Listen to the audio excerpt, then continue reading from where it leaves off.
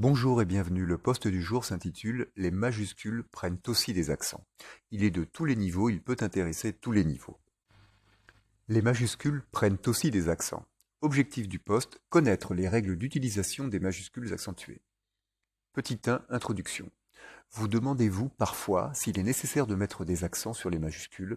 La réponse est oui. Pour vous en convaincre, voici un extrait d'un article du site du dictionnaire de l'Académie française, donc une référence dans ce domaine, dictionnaire-académie.fr, qui en témoigne. En français, l'accent a pleine valeur orthographique. Son absence ralentit la lecture, fait hésiter sur la prononciation et peut même induire en erreur. Il en va de même pour le tréma et la cédille. On veille donc, en bonne typographie, à utiliser systématiquement les capitales accentuées, y compris la préposition à. Même si dans le passé, notamment sur les machines à écrire ou dans les textes anciens, on ne voyait quasiment pas de majuscules accentuées, le standard de fait aujourd'hui est donc clair, les lettres majuscules sont aussi accentuées. Avec ce post, vous saurez donc quoi faire. Petit 2, pourquoi cette évolution?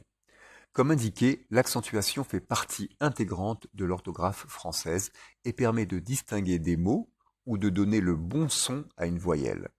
Omettre l'accent sur une majuscule pourrait être perçu comme une faute d'orthographe ou une coquille, voire un manque de maîtrise de la langue.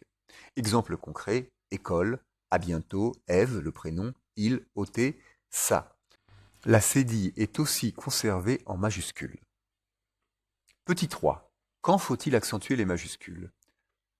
En début de phrase, évidemment, il faut accentuer la première lettre si elle l'est dans le mot en minuscule. Dans les noms propres, par exemple Émile Zola, l'île de Ré, les États-Unis, dans les titres de livres, de films, etc., L'étranger, d'Albert Camus, À la recherche du temps perdu, de Marcel Proust. Dans tous les mots, si bien sûr la minuscule prend un accent. Dans les acronymes et sigles, c'est bien moins fréquent ici. Dans les faits, de nombreux acronymes et sigles plus anciens conservent leurs majuscules non accentuées. Exemple, EHPAD, établissement d'hébergement pour personnes âgées dépendantes, le E d'EHPAD est un E, mais il ne prend pas de majuscule. Pareil pour l'ENA, l'École nationale d'administration, etc.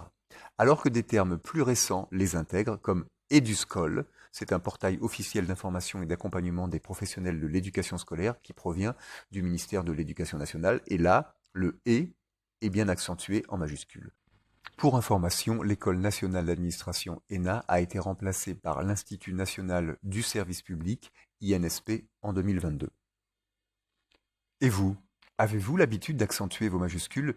Dites-le nous en commentaire. Merci de partager votre expérience. Évidemment, c'est terminé pour aujourd'hui. N'hésitez pas à me contacter pour plus de renseignements ou des cours particuliers. Merci d'avoir regardé cette vidéo. Bonne journée et à bientôt. Crédit pour ce post. Merci à Google, Gemini et moi-même. Au revoir, à bientôt.